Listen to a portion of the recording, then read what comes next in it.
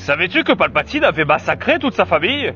Et c'est sa rencontre avec Darth Plagueis qui va être déterminante dans la réalisation de ce crime, et qui changera à jamais son avenir et celui de la galaxie. À cette période, le trône de Naboo et son avenir sont disputés. Conservateurs et progressistes ne partagent pas le même avis quant au financement extérieur d'infrastructures pour traiter et exporter le plasma de Naboo, au risque de perdre sa souveraineté. Dans cette course, Damask Holdings est approché par des progressistes. C'est Darth Plagueis qui est à sa tête sous son nom de naissance, Ego Damask. Mais elle sert surtout Darth Plagueis à exercer une influence économique et politique à grande échelle, sans éveiller de soupçons.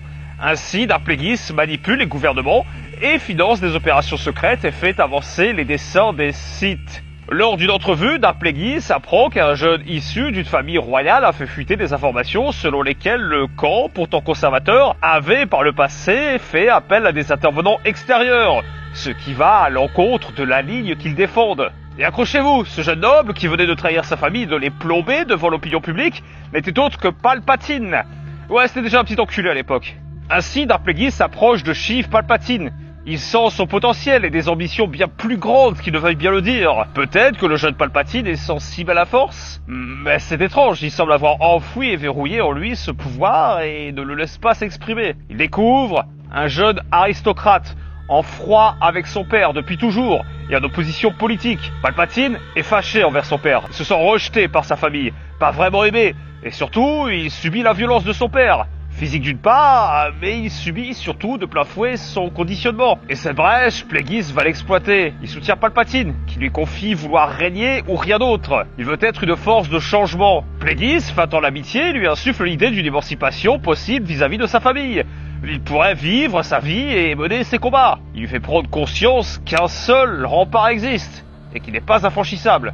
Son père, évidemment. Pas très enthousiaste que son fils compte parmi ses fréquentations un opposant extérieur venant interférer dans la vie politique de Naboo, le père Palpatine décide d'éloigner son fils de sa planète natale pour l'isoler dans une autre famille de nobles sur une autre planète. Une dispute entre Sheev Palpatine et son père éclate en vol.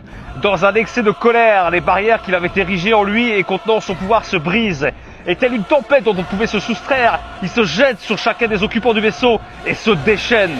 Une semaine plus tard, Plagueis retrouve le vaisseau et il y découvre une scène qui lui plaisait fortement. Le jeune Palpatine avait massacré tout le monde. Son père, sa mère, ses frères et sœurs et les gardes qui étaient présents. Il ne restait que lui. Palpatine était enfin libre des entraves de son père, libre d'exercer la politique comme il entendait, libre d'exprimer sa vraie nature, libre de vivre. Et Plagueis venait de trouver un allié, un disciple, qui pourrait bien assurer l'héritage des Sith.